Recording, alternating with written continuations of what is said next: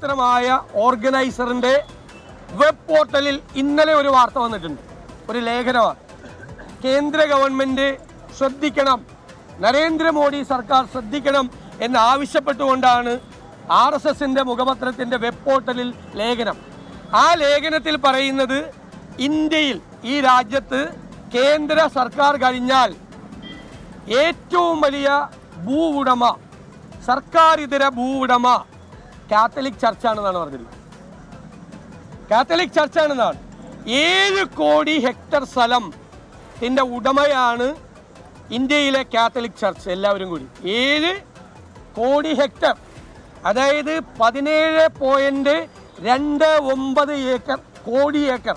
വെറും 17.29 ഏക്കറല്ല, 17.29 കോടി ഏക്കർ സ്ഥലത്തിൻ്റെ ഉടമകളാണ് കാത്തലിക് ചർച്ച്.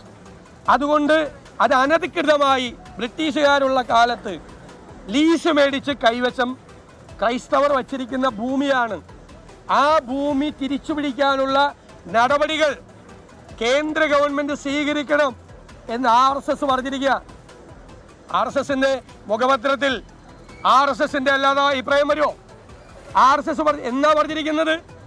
ഏപ്രിൽ 3-ാം തീയതി ലോകസഭയിൽ വഖഫ് ബില്ല് പാസ്സാക്കിയ അതേ ദിവസം വഖഫ് ബില്ല് പാസ്സാകും. അത് കഴിഞ്ഞാൽ ഇത് തിരിച്ചു പിടിക്കാൻ ഇന്ത്യയിലെ ക്രൈസ്തവരുടെ കയ്യിലിരിക്കുന്ന 17.29 കോടി ഏക്കർ തിരിച്ചു പിടിക്കാനുള്ള നടപടി സ്വീകരിക്കണം എന്നാണ് പറഞ്ഞിരിക്കുന്നത്. അപ്പോൾ ഇവർ ഈ ക്രൈസ്തവ ദേവാലയങ്ങളിൽ രത്നകിരീടമായി പോകുന്നതിൻ്റെയും ഈസ്റ്റർ ദിവസം കേക്കുമായി ക്രൈസ്തവ ഭവനങ്ങൾ സന്ദർശിക്കുന്നതിൻ്റെയും രഹസ്യം മനസ്സിലായല്ലോ. ജബൽപൂരിൽ തൃശ്ശൂർ ജില്ലക്കാരനായ ഒരു വൈദികനാണ് ഫാദർ ഡേവിസ് ക്രൂരമായി പോലീസിന്റെ മുമ്പിൽ വെച്ച് ആക്രമിക്കപ്പെട്ടത്. ഈ വഖഫ് ബില്ലിന്റെ പേരിൽ ക്രൈസ്തവരെ പ്രീണിപ്പിക്കാൻ BJP ശ്രമിക്കുമ്പോൾ കഴിഞ്ഞ ദിവസമാണ്, മിനിയാന്ന്, ഒഡീഷയിൽ ഒരു വൈദികൻ, ക്രൈസ്തവ വൈദികൻ ക്രൂരമായി ആക്രമിക്കപ്പെട്ടത്. Father Joshi George. ഞാൻ ഇന്നലെ അദ്ദേഹവുമായിട്ട് സംസാരിച്ചിരുന്നു. പള്ളിയിലേക്ക് 100-300 പോലീസ് കയറി വന്നു. നിങ്ങൾ ആരാന്ന് ചോദിച്ചു. അപ്പോൾ പറഞ്ഞു ഞാൻ വികാരിയാണെന്ന് പറഞ്ഞു. ഇദ്ദേഹം സഹവികാരിയാണെന്ന് പറഞ്ഞു. അപ്പം അടി തുടങ്ങിയെന്നാണ് അച്ഛൻ എന്നോട് പറഞ്ഞത്. അപ്പം അടി തുടങ്ങി, പോലീസ് ക്രൂരമായി തല്ലി. പോലീസ് സഹവികാരിയെ നിലത്തിട്ട് അദ്ദേഹത്തിൻ്റെ ഷോൾഡർ ബോൺ ഒടിഞ്ഞിരിക്കുകയാണ്.